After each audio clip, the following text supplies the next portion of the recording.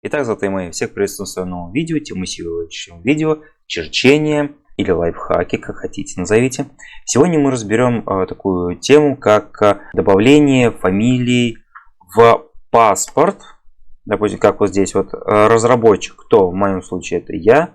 Потом, значит, проверил, техконтроллер, норм контроллер утвердил. То есть смысл в чем заключается в этих списках, которые мы будем внедрять уже в систему. То есть, допустим, если вы пишете каждый раз свою фамилию и вот набиваете, вам не кажется, то, что это утомляет вбивать свою же фамилию из раза в раз или еще какие-то постоянно помимо своей.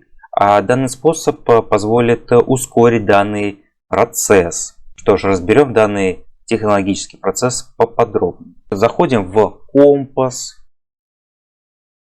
Что еще хотел раскрыть такой подтемку, это именно интерфейс. То, что вот вы видите, оно у меня такая сероватого или темного цвета. Просто если выделять целое видео на это, а датчик как такой не ожидает. Но при этом, вы сами понимаете, это не так давит на глаза, как, допустим, белый цвет и так далее.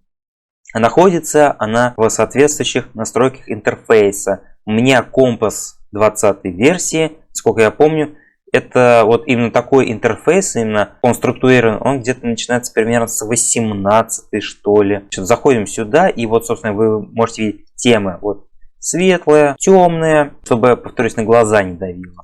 Потом, значит, значки. Можно монохром, но это сейчас увидим поподробнее. Панель, как вы можете видеть, она у меня стала достаточно цветной.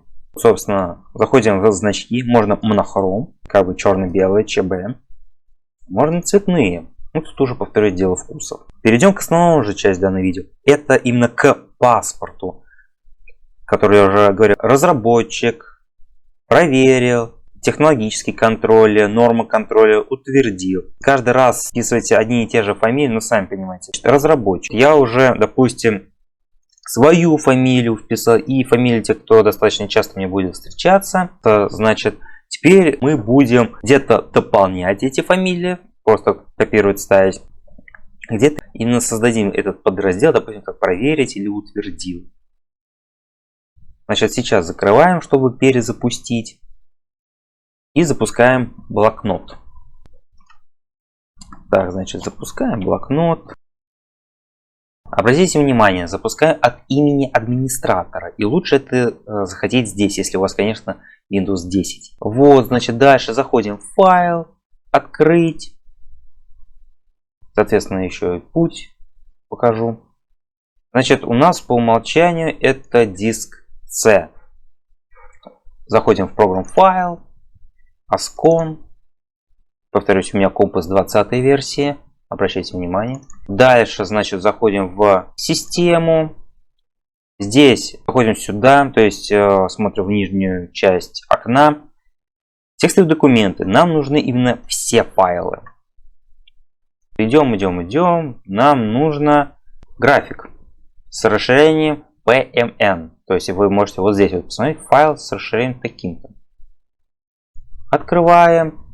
Дальше нам нужно найти меню. Как можно сделать побыстрее? Найти. Меню 12 нам нужно. Далее. Хорошо. Вот, поскольку я уже здесь до этого был, я просто копирую вот этот списочек. Да, также, на что еще прошу обратить ваше внимание. Меню Item Separator. То есть, это своего рода разделительная такая строка, которую я показывал чуточку ранее. Значит, допустим, сюда в технологии или техноконтроллер просто в данном случае беру и вставляю. Аналогичную операцию повторяю в нормоконтроллере. Так, вот здесь у меня съехало, да? Все-таки надо вот так вот делать. Угу, хорошо. Так, на этом у нас список, собственно, закончился, да? Хорошо. Да, также это, конечно, не есть программирование, но имейте в виду то, что я закладываю, получается, как фундамент или кирпичик в данном случае, если каждое видео считать за кирпичик, Да, нормально такая стопочка получится. Ну тебе нахрен. И тебе туда же. К программированию. Потому что, как я уже чуть ли не из видео в видео уже повторяю, хотим мы этого, не хотим, это все равно произойдет. Да, кстати, я, собственно, пишу статью на эту тему. Вот, конечно, она как меня в черновиках. Вот. Но когда она будет, тоже, соответственно, оповещу об этом. Потому что, ну, технологии к этому стремятся. Значит, сейчас что я сделал? То, что вот это до этого был норма-контроллер, тех-контроллер, это то, что уже было по умолчанию. Сейчас я сделал еще один подраздел, грубо говоря. Там вот, допустим, утвердил. А мне это уже не надо. То есть мне будет проще. Как бы побыстрее. Сохраняю. То есть как перезагружаем, получается. Захожу к свои инструменты. На английском это Tools. Дальше вы можете посмотреть, какие у меня инструменты. Так, заходим, собственно, в компас. Открываем чертеж. Смотрим сюда. Так. Ну, работало это нам не интересно. Вот, значит, у нас появились два новых подраздела. То есть это проверил, утвердил, список фамилий, собственно.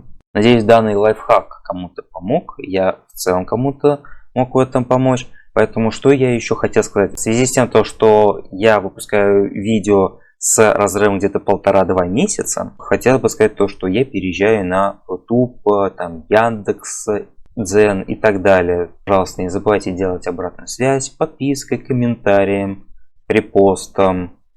Просто давайте обратную связь. Если донат, тоже будет неплохо. Также, что хотел бы порекомендовать, сервис Юми, подборщик слов. Считай как VidIQ, только упрощенное и получше. Ну, тут уже, конечно, дело вкусов. Поэтому на данный момент все. Всем спасибо. И не забывайте приходить на стрим.